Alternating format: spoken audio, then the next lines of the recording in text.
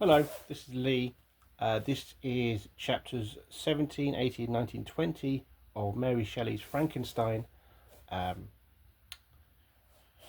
the book is public domain, and thanks to Penargil Public Library of Pennsylvania for lending me the book.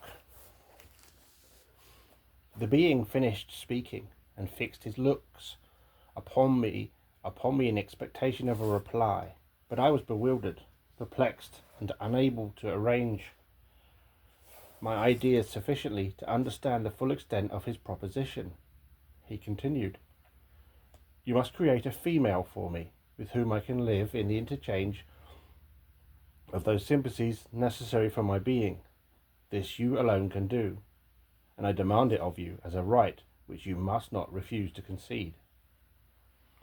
The latter part of his tale had kindled anew in me the anger that had died away while he narrated his peaceful life among the cottagers, and as he said this, I could no longer suppress the rage that burned within me. "I refuse to do it," I replied, "and no torture shall ever extort a consent from me. You may render me the most miserable of men, but you shall never make me base in my own eyes. Shall I create another like yourself, whose joint wickedness might desolate the world? Begone! I have answered you. You may torture me, but I will never consent." "You are in the wrong," replied the fiend, "and instead of threatening, I am content to reason with you. I am malicious because I am miserable. Am I not shunned and hated by all mankind? You, my creator, would tear me to pieces and triumph. Remember that, and tell me why I should pity man more than he pities me. You would not call it murder if you could precipitate me into one of those ice rifts and destroy my frame, the work of your own hands. Shall I respect a man when he condemns me? Let him live with me in the interchange of kindness, and instead of injury, I would bestow every benefit upon him with tears of gratitude at his acceptance. But that cannot be. The human senses are insurmountable barriers to our union. Yet mine shall not be the submission of abject slavery. I will revenge my injuries. If I cannot inspire love, I will cause fear, and chiefly towards you, my arch enemy, because my creator. Do I swear inextinguishable hatred? Have a care. I will work at your destruction, not finish until I desolate your heart, so that you shall curse the hour of your birth." A fiendish rage animated him as he said this. His face was wrinkled into contortions too horrible for human eyes to behold. But presently he calmed himself and proceeded. "I intended to reason. This passion is detrimental to me, for you do not reflect that you are the cause of its excess. If any being felt emotions of benevolence towards me, I should return them an hundred and a hundredfold. For that one creature's sake, I would make peace with the whole kind. But I now indulge in dreams of bliss that cannot be realized. What I ask of you is reasonable and moderate. I demand a creature of another sex, but as hideous as myself. The gratification is small. The gratification is small, but it is all that I can receive, and it shall content me. It is true we shall be monsters, cut off from all the world, but on that account we shall be more attached to one another. Our lives will not be happy, but they will be harmless, and free from the misery I now feel. Oh, my Creator, make me happy. Let me feel gratitude towards you for one benefit. Let me see that I excite the sympathy of some existing thing. Do not deny me my request." I was moved. I shuddered when I thought of the possible consequences of my consent. but I felt there was some justice in his argument. His tale and the feelings of how the feelings he now expressed proved him to be a creature of fine sensations, and did I not, as his maker, owe him all the portion of happiness that was in my power to possess? He saw my change of feeling and continued, "If you consent, neither you nor any other human being shall ever see us again. I will go to the vast wilds of South America. My food is not that of man. I do not destroy the lamb and kid to glut my appetite. Acorns and berries afford me sufficient nourishment. My companion will be of the same nature as myself, and will be content with the same fare. We shall make our bed of dried leaves. The sun will shine on us as on man, and will ripen our food. The picture I present to you is peaceful and human, and you must feel that you could deny it only in the wantonness of power and cruelty. Pitiless as you have been towards me, I now see compassion in your eyes. Let me seize the favourable moment and persuade you to promise what I so ardently desire." "You propose," replied I, "to fly from the habitations of man, to dwell in those wilds where the beasts of the fields will be your only companion. How can you, who long for the love and sympathy of man, persevere in this exile? You will return and seek their kindness, and you will meet with their detestation. Your evil passions will be renewed, and you will then have a companion to aid you in the task of destruction. This may not be. Cease to argue the point, for I cannot consent. How inconstant are your feelings! But a moment ago you were moved by my representations, and why do you again pardon yourself to my complaints? I swear to you by the earth which I inhabit, and by you that made me, that with the companion you bestow, I will quit the neighbourhood of man, and dwell as it may chance in the most savage of places. My evil passions will have fled, for I shall meet with sympathy.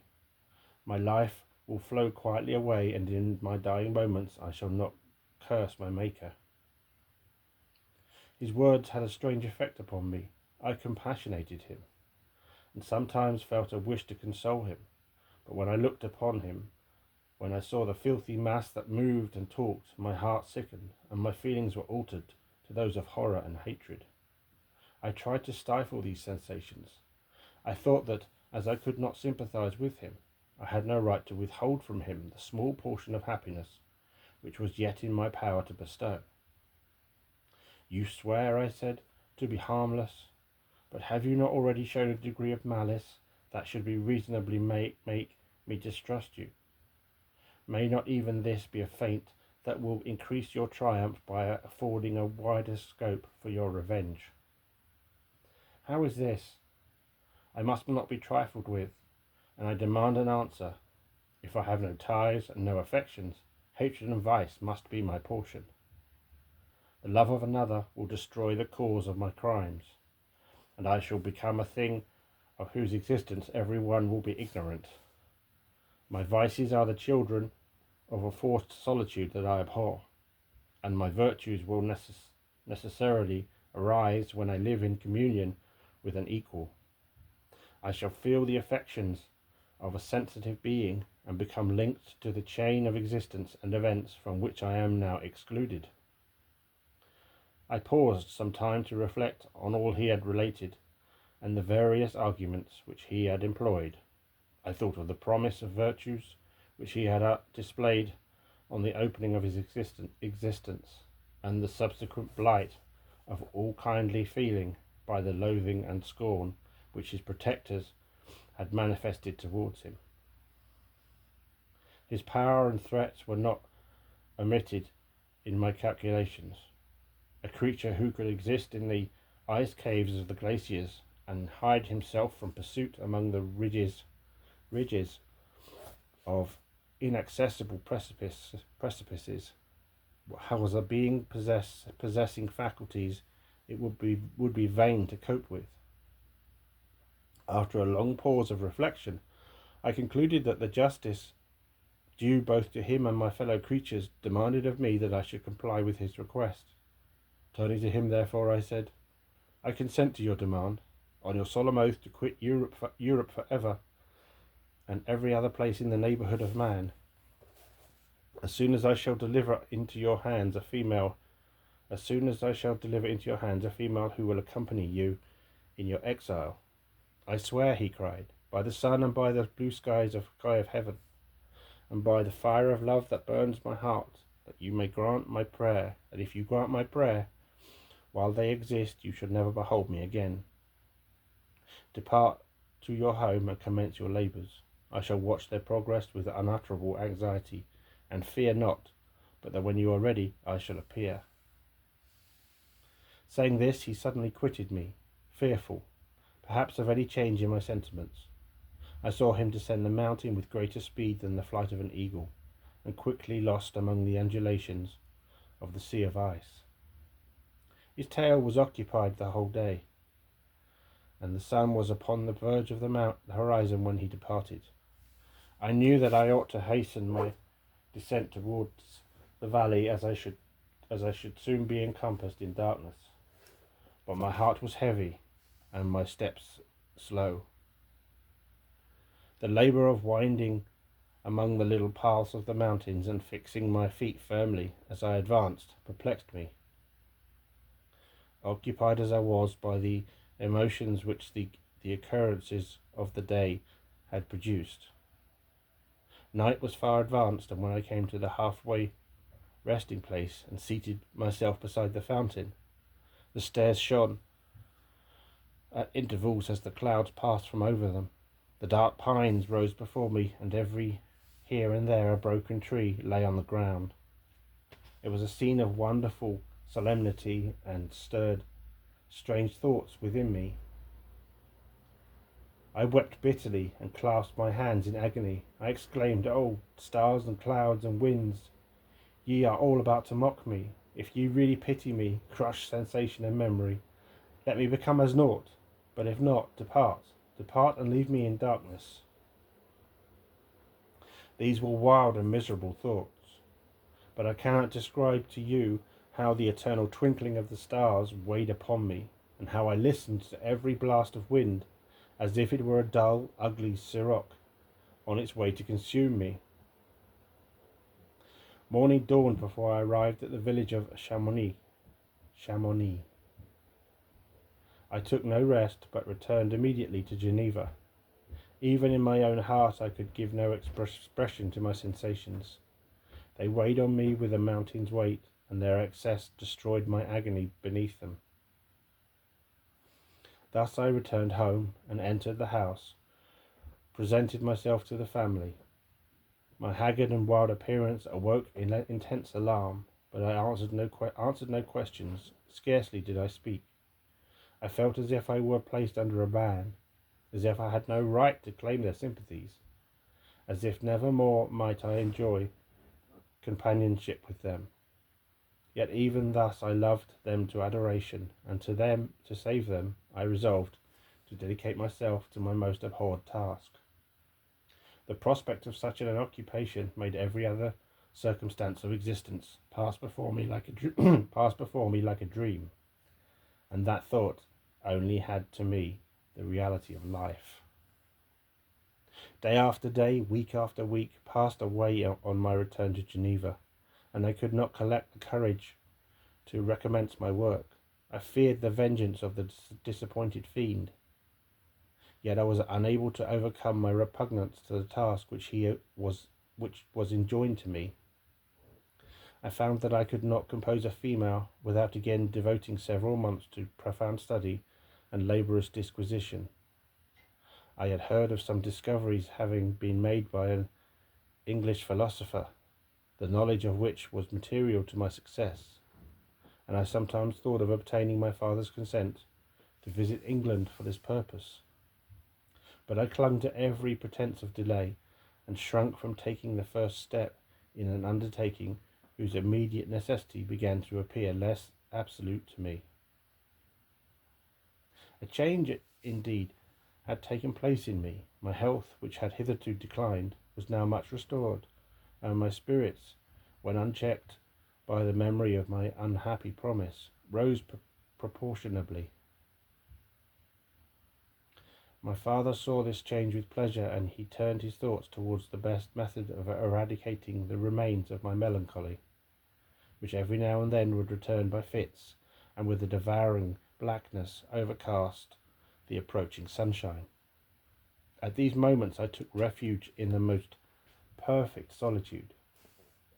I passed whole days on the lake, alone in a little boat, watching the clouds and listening to the rippling of the waves, silent and listless.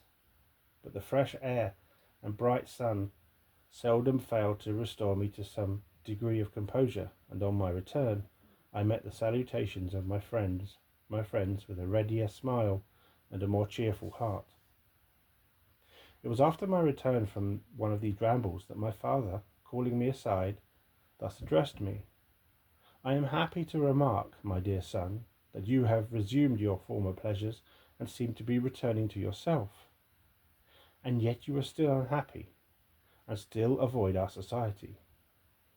For some time I was lost in conjecture as to the cause of this, but yesterday an idea struck me, and if it is well founded, I conjure you to avow it. Reserve on such a point would be not only useless, but draw down treble misery on us all."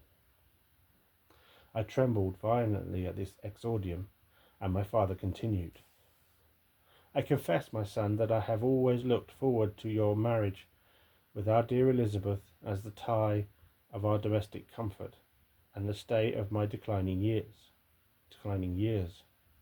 You were attached to each other from your earliest infancy. You studied together and appeared in dispositions and tastes entirely suited to one another. But so blind is the experience of man that what I conceived to be the best assistance to my plan may have entirely destroyed it. You perhaps regard her as your sister, without any wish that she might become your wife.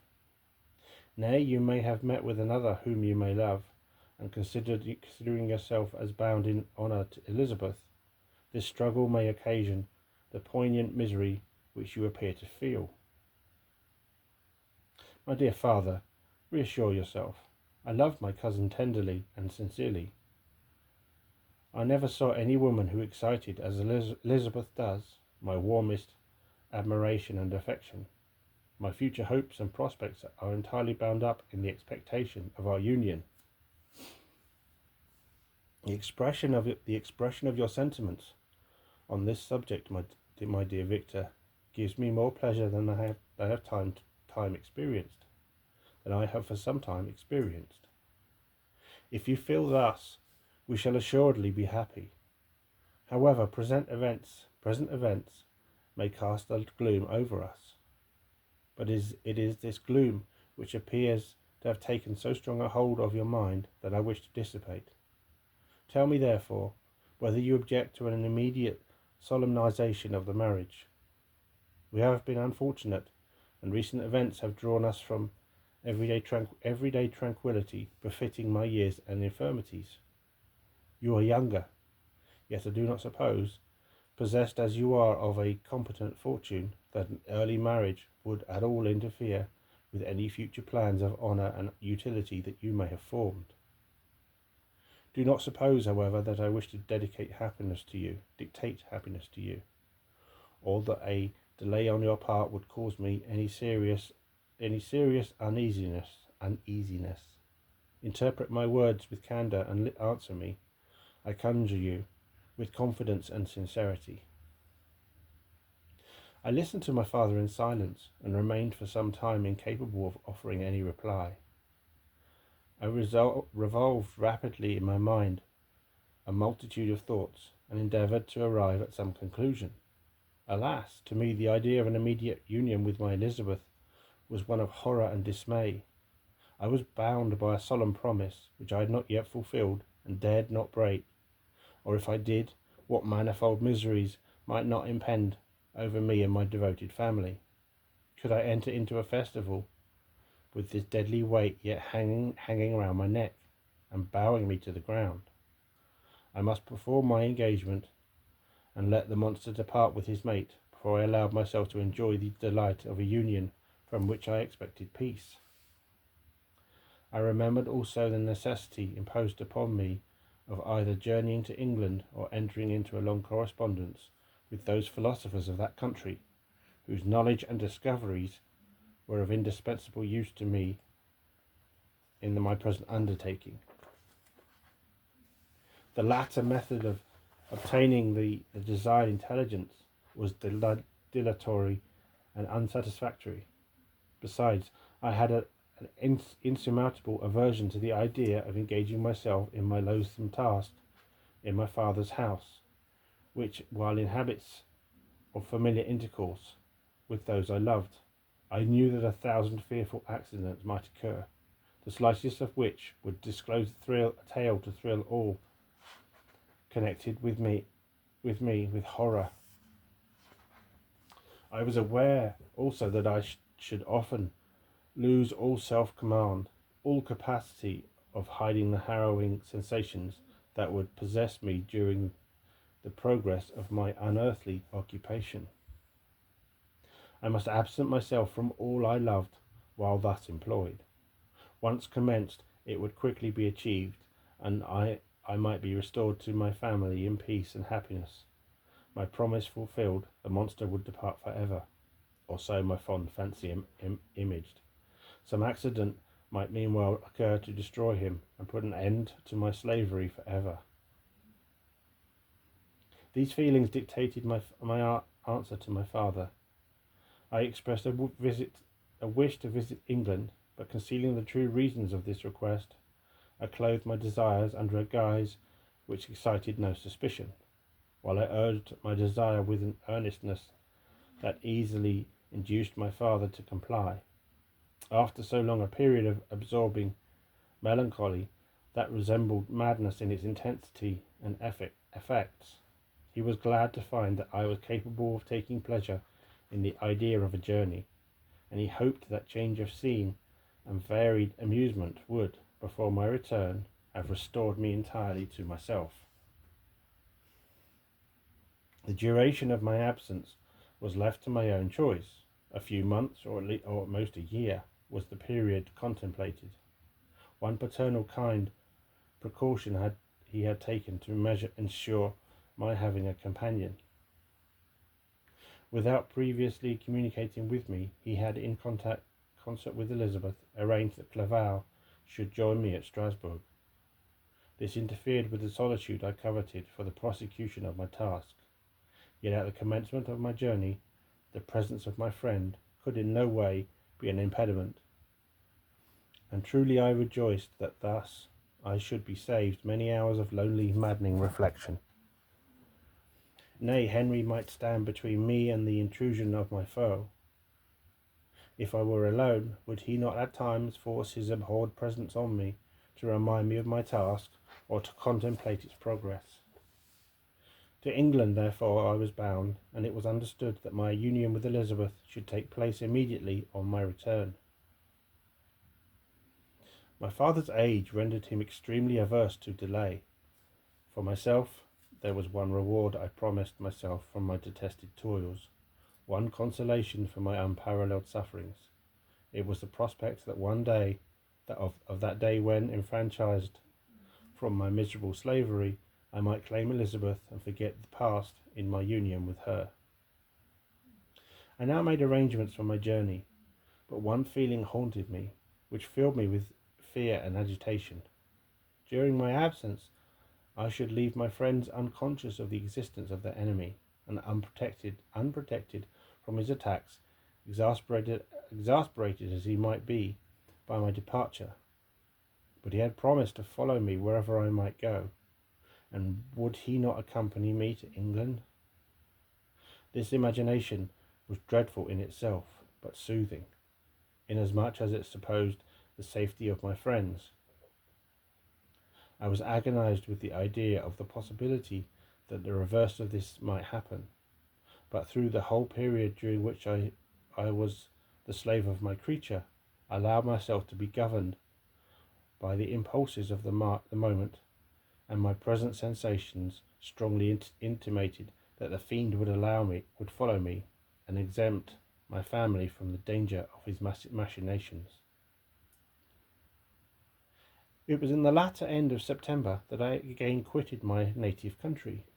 My journey had been my own suggestion, and Elizabeth therefore acquiesced, but she was filled with disquiet at the idea of my suffering, away from her, the inroads of misery and grief. It had been her care which provided me a companion in Clerval, and yet a man is blind to 1,000 minute circumstances which call forth a woman's sedulous attention. She longed to bid me hasten my return, 1,000 conflicting emotions rendering her mute as she bade me a tearful, silent farewell. I threw myself into the carriage which was to convey me away, and hardly knowing whither I was going, and careless of what was passing around, I remembered only, and it was a bitter anguish that I reflected on it, to order that my chemical instruments should be packed to go with me. Filled with dreary imaginations, I passed through many beautiful and majestic scenes, but my eyes were fixed and unobserving. I could only think of the bourne of my travels, and the work which was to occupy me whilst they endured. After some days spent in listless indolence, during which I traversed many leagues, I arrived at Strasbourg, where I waited 2 days for Clerval. He came. Alas, how great was the contrast between us! He was alive to every new scene, joyful when he saw the beauties of the setting sun, and more happy when he beheld it rise and commence a new day. He pointed out to me the shifting colours of the landscape and the appearances of the sky. "This is what it is to live," he cried. "Now I enjoy existence. But you, Frankenstein, wherefore are you desponding and sorrowful?" In truth, I was occupied by gloomy thoughts, and neither saw the descent of the evening star, nor the golden sunrise reflecting in the Rhine. And you, my friend, would be far more amused with the Journal of Clerval, which observed the scenery with an eye of feeling and delight, than in listening to my reflections. I, a miserable wretch, haunted by a curse that shut up every avenue to enjoyment. We had agreed to descend the Rhine in a boat from Strasbourg to Rotterdam, whence we might take shipping for London. During this voyage we passed many willowy islands and saw several beautiful towns. We stayed a day at Mannheim, and on the 5th from our departure from Strasbourg arrived at Mayence. The course of the Rhine below Mayence becomes much more picturesque. The river descends rapidly and winds between hills, not high but steep and of beautiful forms. We saw many ruined castles, standing on the edges of precipices, surrounded by black woods, high and inaccessible. This part of the Rhine indeed presents a singularly variegated landscape. In one spot you view rugged hills, ruined castles overlooking tremendous precipices, with the dark Rhine rushing beneath, and on the sudden turn of a promontory, flourishing vineyards with green sloping banks and a meandering river and populous towns occupy the scene. We travelled at the time of the vintage, and heard the song of the labourers as we glided down the stream. Even I, depressed in mind and my spirits continually agitated by gloomy feelings, even I was pleased.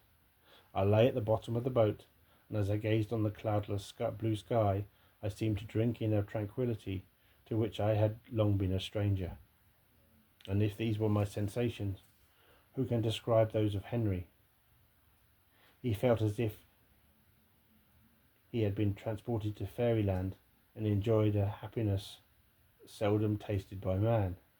"I have seen," he said, "the most beautiful scenes of my own country. I have visited the lakes of Lucerne and Uri, where the snowy mountains descend almost perpendicularly to the water, casting black and impenetrable shades, which would cause a gloom and mournful appearance, were it not for the most verdant islands that relieve the eye by their gay appearance. I have seen this lake agitated by a tempest, when the wind tore up whirlwinds of water, and gave you an idea of what the waterspout must be on the great ocean, and the waves dash with fury the base of the mountain, where the priest and his mistress were overwhelmed by an avalanche, and where their dying voices are still said to be heard amid the pauses of the nightly wind. I have seen the mountains of La Valais and the Pays de Vaud, but this country, Victor, pleases me more than all those wonders. The mountains of Switzerland are more majestic and strange, but there is a charm in the banks of this divine river that I never before saw equalled. Look at that castle which overhangs yon precipice, that also on the island, almost concealed among the foliage of those lovely trees, and now that group of labourers coming from among their vines, and that village half hid in the recess of the mountain.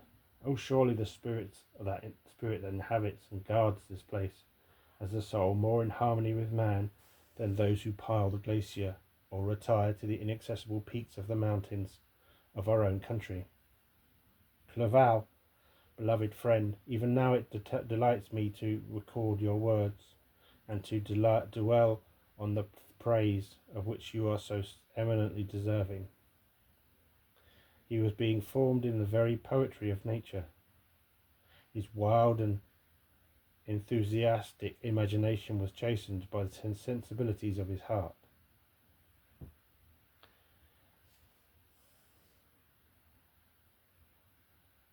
His soul overflowed with ardent affections, and his friendship was of that devoted and wondrous nature that the worldly mind teach us to look for only in the imagination. But even human sympathies were not sufficient to satisfy his eager mind. The scene of external nature, which others regard only with admiration, he loved with ardour. The sounding cataract haunted him like a passion, the tall rock, the mountain, and the deep and gloomy wood. Their colours and their forms were then to him an appetite, a feeling and a love that had no need of a remoter charm, by thought supplied, or any interest unborrowed from the eye. Wordsworth's Tintern Abbey. And where does he now exist? In this gentle and lovely being lost forever? Is this gentle and lovely being lost forever? Has this mind so replete with ideas, imaginations, fanciful and magnificent, which formed a world whose existence depended on the life of its creator, has the mind perished? Does it now only exist in my memory? No, it is not thus. Your form, so divinely wrought and beaming with beauty, has decayed, but your spirit still visits and consoles your unhappy friend. Pardon this gush of sorrow. These ineffectual words are but a slight tribute to the unexampled worth of Henry, but they soothe my heart, overflowing with the anguish which his remembrance creates. I will proceed with my tale. Beyond Cologne we descended to the plains of Holland, and we resolved to post the remainder of our way, for the wind was contrary, and the stream of the river was too gentle to aid us. Our journey here lost the interest arising from beautiful scenery, but we arrived in a few days at Rotterdam, whence we proceeded by sea to England. It was a clear morning in the latter days of October when I first saw the white cliffs of Britain.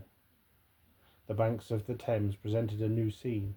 They were flat but fertile, and almost every town was marked by the remembrance of some story.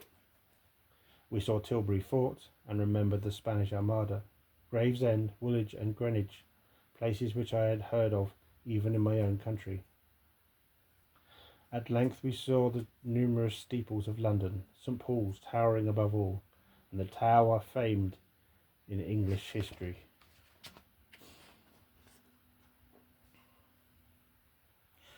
London was our present point of rest. We determined to remain several months in this wonderful and celebrated city. Clerval desired the intercourse of the men of genius and talent who flourished at this time, but this was with me a secondary object. I was principally occupied with the means of obtaining the information necessary for the completion of my promise, and quickly availed myself of the letters of introduction that I had brought with me, addressed to the most distinguished natural philosophers. If this journey had taken place during my days of study and happiness, it would have afforded me inexpressible pleasure. But a blight had come over my existence, and I only visited these people for the sake of the information they might give me on the subject in which my interest was so terribly profound. Company was irksome to me. When alone I could fill my mind with the sights of heaven and earth. The voice of Henry soothed me, and I could thus cheat myself into a transitory peace. But busy, uninteresting, joyous faces brought back despair to my heart. I saw an insurmountable barrier placed between me and my fellow men. This barrier was sealed with the blood of William and Justine, and to reflect on the events connected with those names filled my soul with anguish. But in Clerval I saw the image of my former self. He was inquisitive and anxious to gain experience and instruction. The difference of manners which he observed was to him an inexhaustible source of instruction and amusement. He was also pursuing an object he had long had in view. His design was to visit India, in the belief that he had in his knowledge of its various languages, and in the views he had taken of its society, the means of materially assisting the progress of European colonization and trade. In Britain only could he further the execution of his plan. He was forever busy, and the only check to his enjoyment was my sorrowful and dejected mind. I tried to conceal this as much as possible, that I might not debar him from the pleasures natural to one who was entering on a new scene of life, undisturbed by any care or bitter recollection. I often refused to accompany him, alleging another engagement, that I might remain alone. I now also began to collect the materials necessary for my new creation, and this was to me like the torture of single drops of water continually falling on the head. Every thought that was devoted to it was an extreme anguish, and every word that I spoke in allusion to it caused my lips to quiver and my heart to palpitate. After passing some months in London, we received a letter from a person in Scotland who had formerly been our visitor at Geneva. He mentioned the beauties of his native country and asked us if these were not sufficient allurements to induce us to prolong our journey as far north as Perth, where he resided. Clerval eagerly desired to accept this invitation, and I, although I abhorred society, wished to view again mountains and streams and all the wondrous works from which nature adorns her chosen dwelling places.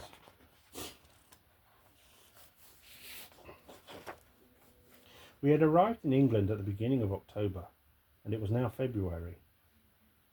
We accordingly determined to commence our journey towards the north at the expiration of another month. In this expedition we did not intend to follow the great road to Edinburgh, but to visit Windsor, Oxford, Matlock and the Cumberland Lakes.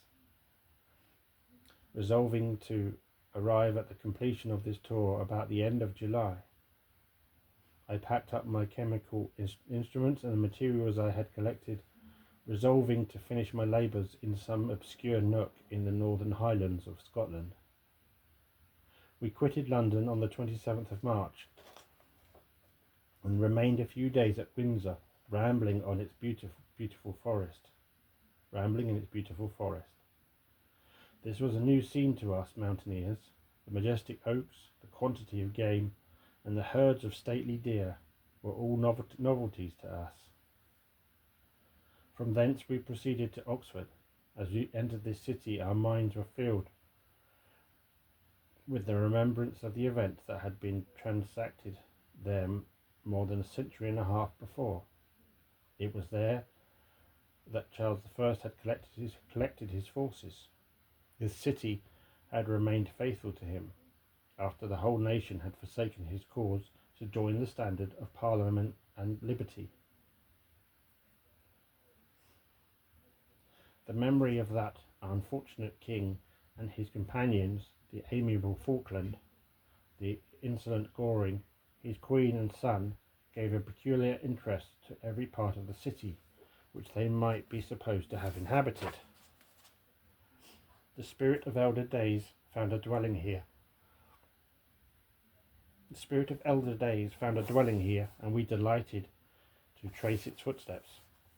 If these feelings had not found an imaginary gratification, the appearance of the city had yet in itself sufficient beauty to obtain our admiration. The colleges are ancient and picturesque, the streets are almost magnificent, and the lovely Isis which flows beside it through meadows of exquisite verdure is spread forth into a placid wilderness expanse of waters, which reflects its majestic assemblage of towers and spires and domes, embosomed among aged trees. I enjoyed this scene, and yet my enjoyment was embittered both by the memory of the past and the anticipation of the future. I was formed for a peaceful happiness.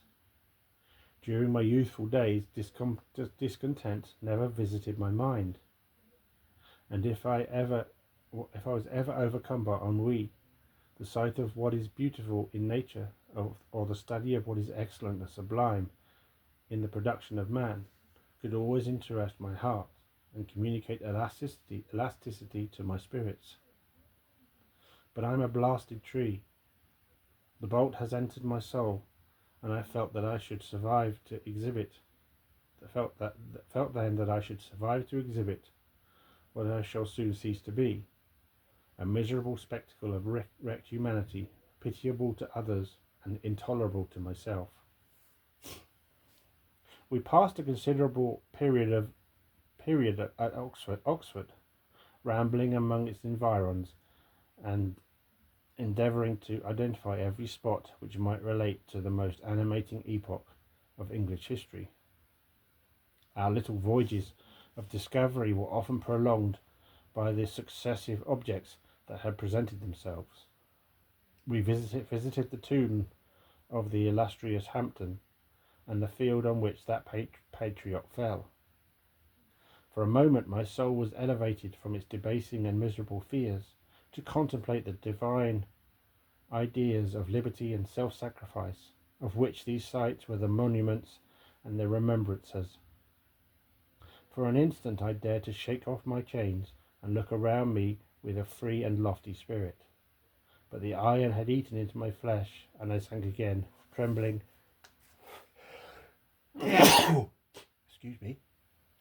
and hopeless, into my miserable self. We left Oxford with regret and proceeded to Matlock, which was our next place of rest.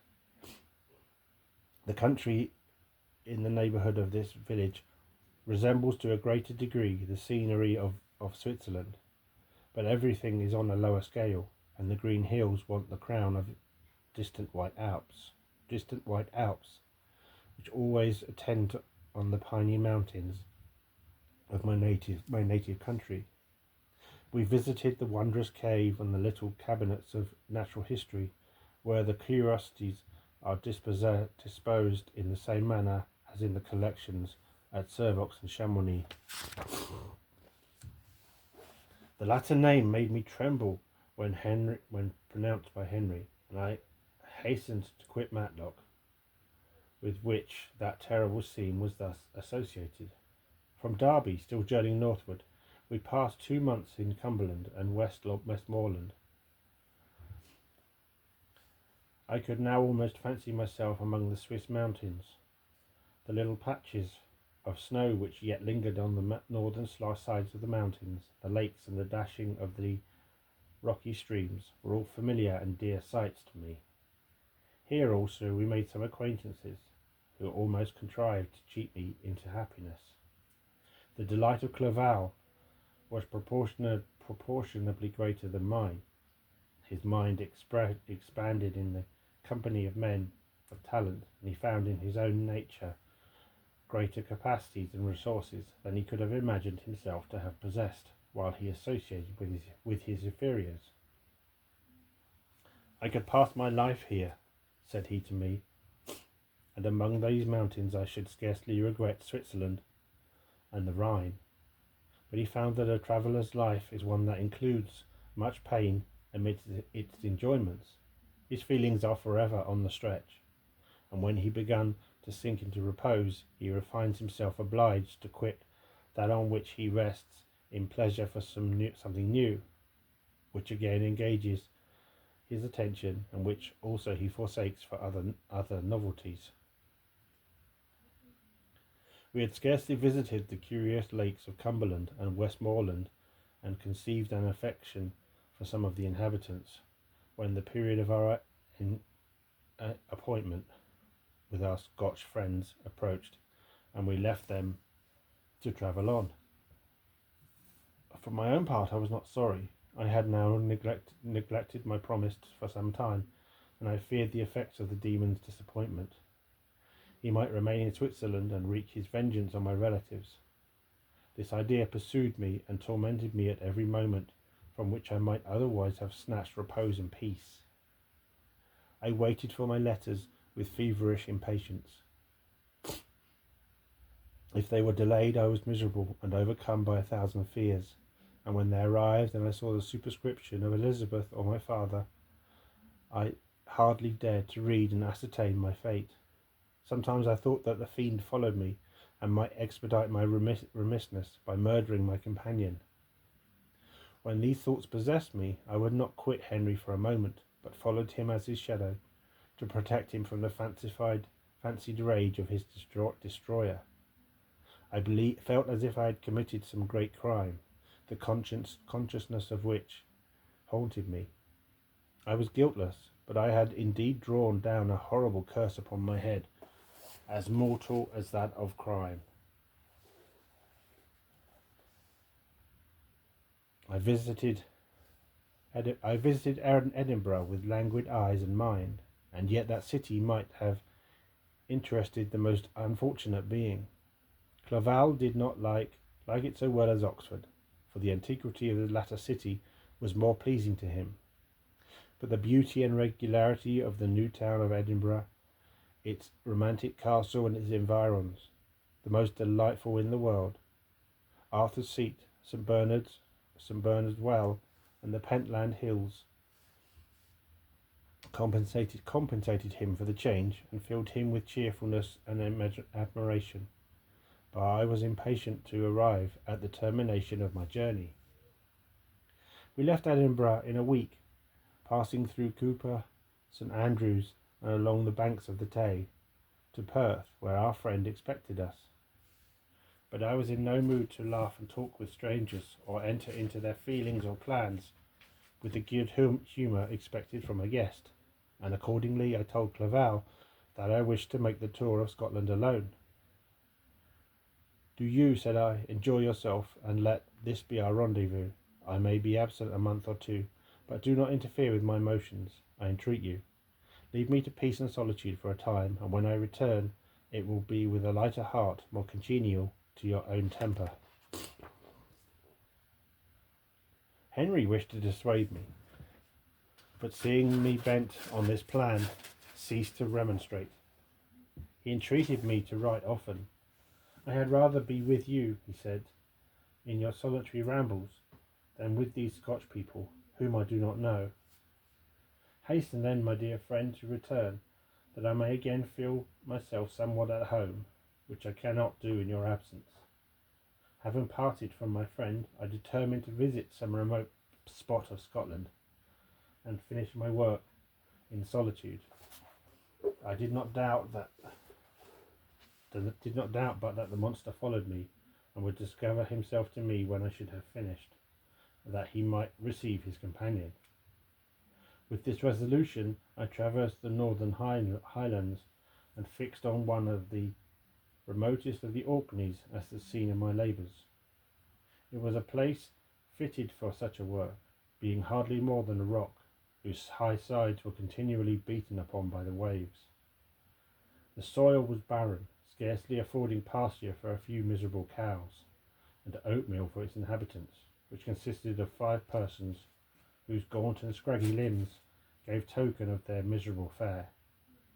Vegetables and bread, when they indulged in such luxuries, even fresh water, was to be procured from the mainland, which was about 5 miles distant. On the whole island there were but 3 miserable huts. One of these was vacant when I arrived. This I hired. It contained but 2 rooms, and these exhibited all the squalidness of the most miserable penury. The thatch had fallen in, the walls were unplastered, and the door was off its hinges. I ordered it to be repaired, bought some furniture, and took possession, an incident which would doubtless have occasioned some surprise had not all the senses of the cottagers been numbed by want and squalid poverty. As it was, I lived ungazed at and unmolested, hardly thanked for the pittance of food and clothes which I gave. So much does suffering blunt even the coarsest sensations of men. In this retreat I devoted the morning to labour, but in the evening, when the weather permitted, I walked on the stony beach of the sea to listen to the waves as they roared and dashed at my feet. It was a monotonous yet ever-changing scene. I thought of Switzerland. It was far different from this desolate and appalling landscape. Its hills are covered with vines, and its cottages are scattered thickly in the plains. Its fair lakes reflect a blue and gentle sky, and when troubled by the winds, their tumult is but as the play of a lively infant, when compared to the roarings of the giant ocean. In this manner I distributed my occupations when I first arrived, but as I proceeded in my labour, it became every day more horrible and irksome to me. Sometimes I could not prevail on myself to enter my labour for several days. At other times I toiled day and night in order to complete my work. It was indeed a filthy process in which I was engaged. During my experiment, a kind of enthusiastic frenzy had blinded me to the horror of my employment. My mind was intently fixed on the consummation of my labour, and my eyes were shut to the horror of my proceedings. But now I went to it in cold blood, and my heart often sickened at the work of my hands.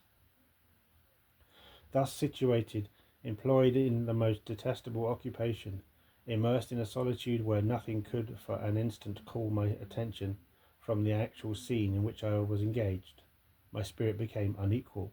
I grew restless and nervous. Every moment I feared to meet my persecutor. Sometimes I sat with my eyes fixed on the ground, fearing to raise them lest they should encounter the object which I so much dreaded to behold. I feared to wander from the sight of my fellow creatures, but lest when alone he should come to claim his companion. In the meantime I worked on, and my labour was already considerably advanced. I looked towards its completion with a tremulous and eager hope, which I dared not trust myself to question, but which was intermixed with obscure forebodings of evil that made my heart sicken in my bosom. I sat one evening in my laboratory. The sun had set and the moon was just rising from the sea. I had not sufficient light for my employment, and I remained idle, in a pause of consideration of whether I should leave my labour for the night or hasten its conclusion by an unremitting attention to it. As I sat, a train of reflection occurred to me which led me to consider the effects of what I was now doing. 3 years before I was engaged in the same manner, and created a fiend whose unparalleled barbarity had desolated my heart, and filled it for ever with the bitterest remorse. I was now about to form another being, of whose dispositions I was alike ignorant. She might become 10,000 times more malignant than her mate, and delight, for its own sake, in murder and wretchedness. He had sworn to quit the neighbourhood of man and hide himself in deserts, but she had not. And she, who in all probability was to become a thinking and reasoning animal, might refuse to comply with the compact made before her creation. They might even hate each other. The creature who already lived loathed his own deformity, and might he not conceive a greater abhorrence for it when it came before his eyes in the female form? She also might turn with disgust from him to the superior beauty of man. She might quit him and he be again alone, exasperated by the fresh provocation of being deserted by one of his own species. Even if they were to leave Europe and inhabit the deserts of the New World, yet one of the first results of those sympathies for which the damned thirsted would be children, and a race of devils would be propagated upon the earth, who might make the very existence of the species of man a condition precarious and full of terror. Had I right, for my own benefit, to inflict this curse upon everlasting generations? I had before been moved by the sophisms of the being I had created. I had been struck senseless by his fiendish threats. But now, for the first time, the wickedness of my promise burst upon me. I shuddered to think that future ages might curse me as their pest, whose selfishness had not hesitated to buy its own peace, at the price, perhaps, of the existence of the whole human race. I trembled, and my heart failed within me, when, on looking up, I saw by the light of the moon the demon at the casement. A ghastly grin wrinkled his lips as he gazed on me, where I sat fulfilling the task which he had allotted to me. Yes, he had followed me in my travels. He had loitered in forests, hid himself in caves, or taken refuge in wide and desert heaths. And he now came to mark my progress and claim the fulfilment of my promise. As I looked on him, his countenance expressed the utmost extent of malice and treachery. I thought with a sensation of madness on my promise to create another like him.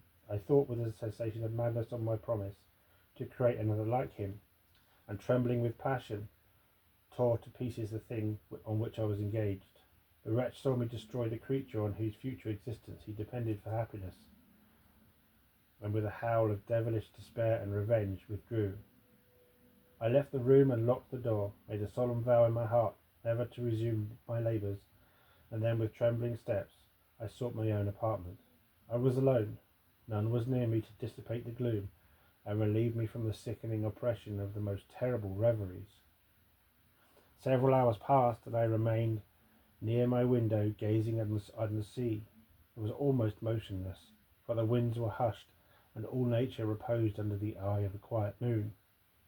A few fishing vessels alone specked the water, and now and then the gentle breeze wafted the sound of voices as the fishermen called to one another. I felt the silence, although I was hardly conscious of its extreme profundity, until my ears were suddenly arrested by the paddling of oars near the shore, and a person landed close to my house. In a few moments after, I heard the creaking of my door, as if someone endeavoured to open it softly. I trembled from head to foot. I felt a presentiment of who it was, and wished to rouse one of the peasants who dwelt in a cottage not far from mine, but I was overcome by the sensation of helplessness, so often felt in frightful dreams, when you in vain endeavour to fly from an impending danger, and was rooted to the spot. Presently I heard the sound of footsteps along the passage. The door opened, and the wretch whom I dreaded appeared. Shutting the door, he approached me and said in a smothered voice, "You have destroyed the work which you began. What is it that you intend? Do you dare to break your promise? I have endured toil and misery. I left Switzerland with you. I crept along the shores of the Rhine, amongst its willow islands, and over the summit of its hills. I have dwelt many months in the heaths of England, and among the deserts of Scotland. I have endured incalculable fatigue and cold and hunger. Do you dare destroy my hopes? Behold, I do break my promise. Never will I create another like yourself, equal in deformity and wickedness. Slave, I before reasoned with you, but you have proved yourself unworthy of my condescension. Remember that I have power. You believe yourself miserable, but I can make you so wretched that the light of day will be hateful to you. You are my creator, but I am your master. Obey. The hour of my irresolution is past, and the period of your power is arrived. Your threats cannot move me to do an act of wickedness, but they confirm me in determination of not creating you a companion in vice. Shall I in cold blood set loose upon the earth a demon whose delight is in death and wretchedness? Begone! I am firm, and your words will only exasperate my rage. The monster saw my determination in my face and gnashed his teeth in the impotence of anger. Shall each man, cried he, find a wife for his bosom, and each beast have his mate, and I be alone? I had feelings of affection, and they were requited by detestation and scorn. Man you may hate, but beware. Your hours will pass in dread and misery, and soon the bolt will fall which must ravish from you your happiness for ever. Are you to be happy while I grovel in the intensity of my wretchedness? You can blast my other passions, but revenge remains. Revenge, henceforth dearer than light or food. I may die, but first you, my tyrant and tormentor, shall curse the sun that gazes on your misery. Beware, for I am fearless, and therefore powerful. I will watch with this wiliness of a snake, that I may sting with its venom. Man, you shall repent of the injuries you inflict. Devil, cease, and do not poison the air with these sounds of malice. I have declared my resolution to you, and I am no coward to bend beneath words. Leave me, I am inexorable. It is well, I go, but remember, I shall be with you on your wedding night. I stared forward and exclaimed, Villain, before you sign my death warrant, be sure that you are yourself safe. I would have seized him, but he eluded me and quitted the house with precipitation. In a few moments I saw him in his boat, which shot across the waters with an arrowy swiftness, and was soon lost amid the waves. All was again silent, but his words rung in my ears. I burned with rage to pursue the murderer of my peace and precipitate him into the ocean.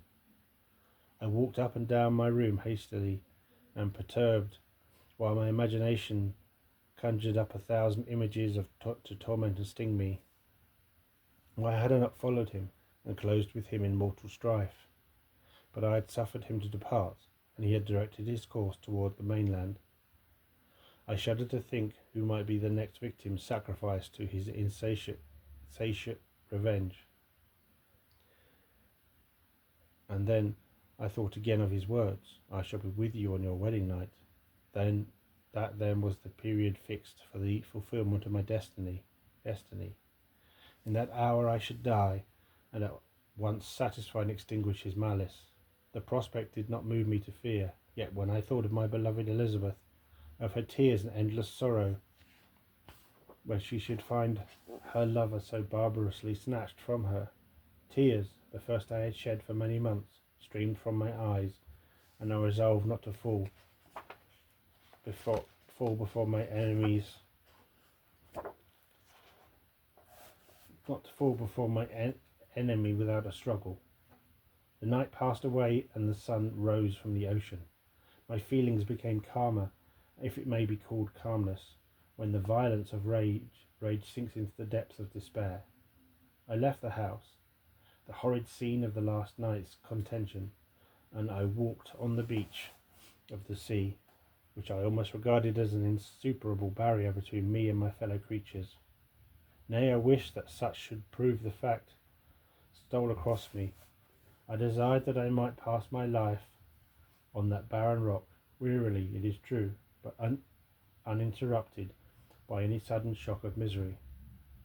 If I returned, it was to be sacrificed, or to see those whom I most loved die under the grasp of a demon whom I myself created.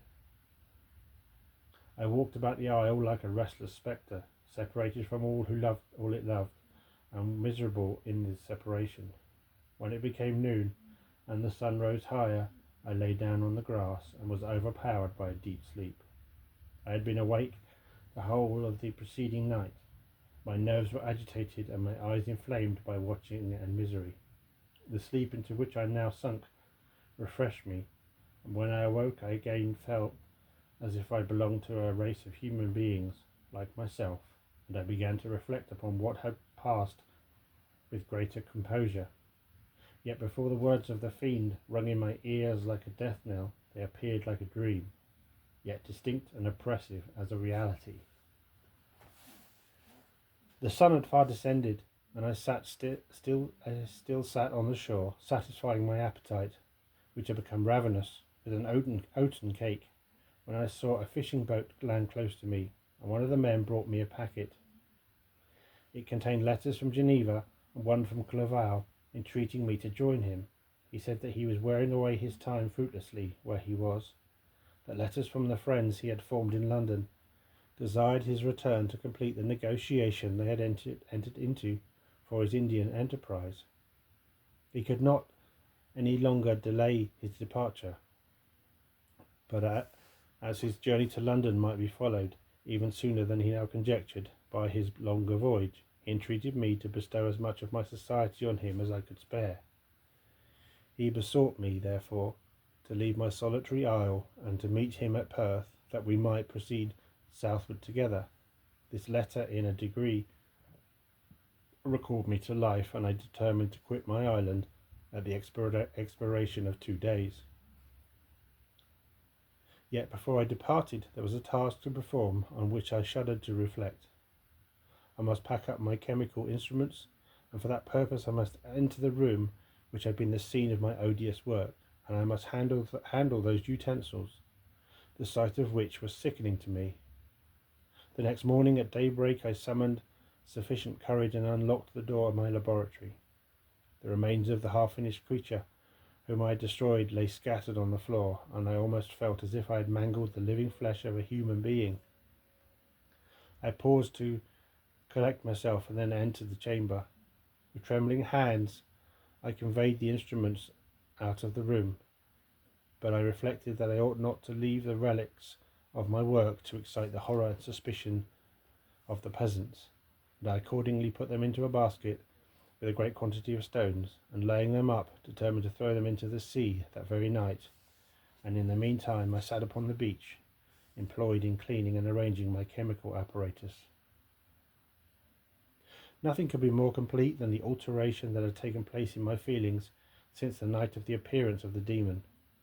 I had before regarded my promise with a gloomy despair, as a thing that, with whatever consequences, must be fulfilled, but I now felt as if a film had been taken from my eyes,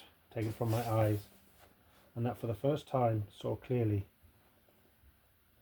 The idea of renewing my labours did not for one instant occur to me.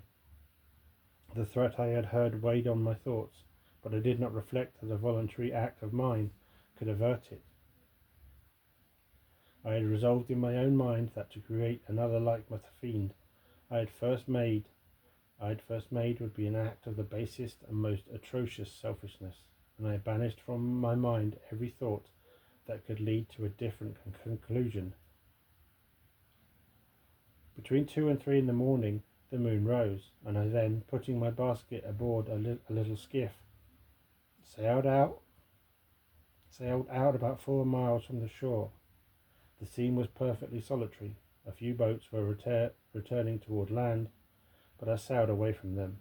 I felt as if I were about the commission of a dreadful crime, and avoided with shuddering anxiety any encounter with my fellow creatures.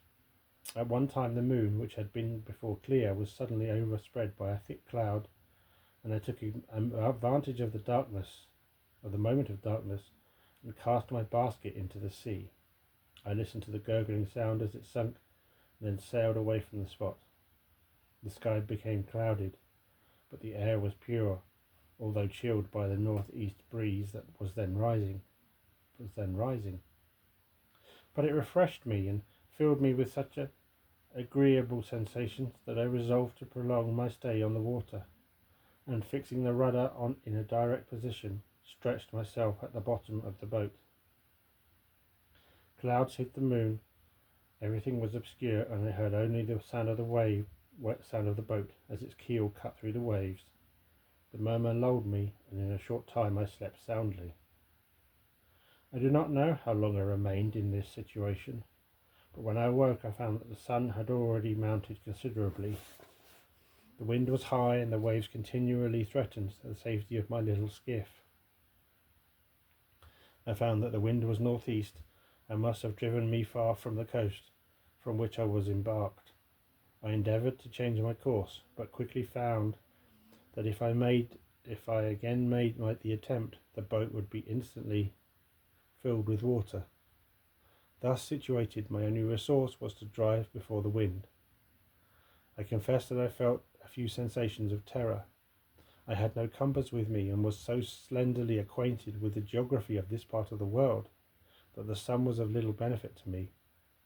I might be driven into the wide Atlantic and feel all the tortures of starvation, or be swallowed up in the immeasurable waters that roared and buffeted around me. I'd already been out many hours, and felt the torment of a burning thirst, a prelude to my other sufferings. I looked on the heavens, which were covered by clouds that flew before the wind, only to be replaced by others. I looked upon the sea. It was to be my grave. "Fiend," I exclaimed, "your task is already fulfilled." I thought of Elizabeth, of my father, and of Clerval, all left behind, on whom the monster might satisfy his sanguinary and merciless passions. This idea plunged me into a reverie, so despairing and frightful that even now, when the scene is on the point of closing before me forever, I shudder to reflect on it. Some hours passed thus, but by degrees, as the sun declined towards the horizon, the wind died away into a gentle breeze, and the sea became free from breakers. But these gave place to a heavy swell. I felt sick and hardly able to hold the rudder, when suddenly I saw a line of high land toward the south. Almost spent as I was by fatigue and the dreadful suspense I endured for several hours, this sudden certainty of life rushed like a flood of warm joy to my heart, and tears gushed from my eyes. How mutable are our feelings, and how strange is that clinging love we have of life, even in the excess of misery. I constructed another sail with a part of my dress, and eagerly steered my course towards the land.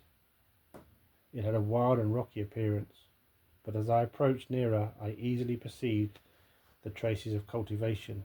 I saw vessels near the shore, and found myself transported back to the neighbourhood of civilized man. I carefully traced the windings of the land, and hailed a steeple which I at length saw issuing from behind a small promontory. I was in a state of extreme debility. I resolved to sail directly towards the town, as a place where I could most easily procure nourishment. Fortunately, I had money with me. As I turned the promontory, I perceived a small, neat town and a good harbour, which I entered, my heart bounding with joy at my unexpected escape. As I was occupied in fixing the boat and arranging the sails, Several people crowded towards the spot. They seemed such surprised at my appearance, but instead of offering me any assistance, whispered together with gestures that at any other time might have produced in me a slight sensation of alarm. As it was, I merely remarked that they spoke English, and I therefore addressed them in that language. "My good friend," said I, "will you be so kind as to tell me the name of this town and inform me of where I am?" "You will know that soon enough," replied a man with a hoarse voice.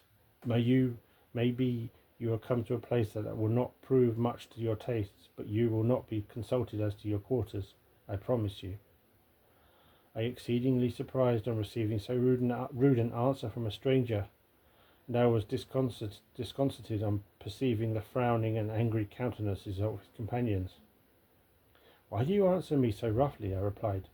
"Surely it is not the custom of Englishmen to receive strangers so inhospitably." "I do not know," said the man, "what the custom of the English may be, but it is the custom of the Irish to hate villains." While this strange dialogue continued, I perceived the crowd rapidly increase. Their faces expressed a mixture of curiosity and anger, which annoyed me and in some degree alarmed me. I inquired the way to the inn, but no one replied. I then moved forward, and a murmuring sound arose from the crowd as they followed and surrounded me, when an ill-looking man approached, tapping me on the shoulder, and said, "Come, sir, you must follow me to Mr. Kerwin's to give account of yourself." "Who is Mr. Kerwin? Why must I give an account of myself? Is not this a free country?" "Aye, sir, free enough for honest folks. Mr. Kerwin is a magistrate, and you are to give account of the death of a gentleman who was found murdered here last night." This answer startled me, but I presently recovered myself. I was innocent, that could easily be proved. Accordingly, I followed my conductor in silence, was led to one of the best houses in the town. I was ready to sink from fatigue and hunger, but being surrounded by a crowd, I thought it politic to rouse all my strength, that no physical debility might be construed into apprehension or conscious guilt. Little did I then expect the calamity that was in a few moments to overwhelm me, and extinguish in horror and despair all fear of ignominy or death. I must pause here, for it requires all my fortitude to recall the memory of the frightful events which I am about to relate in proper detail to my recollection.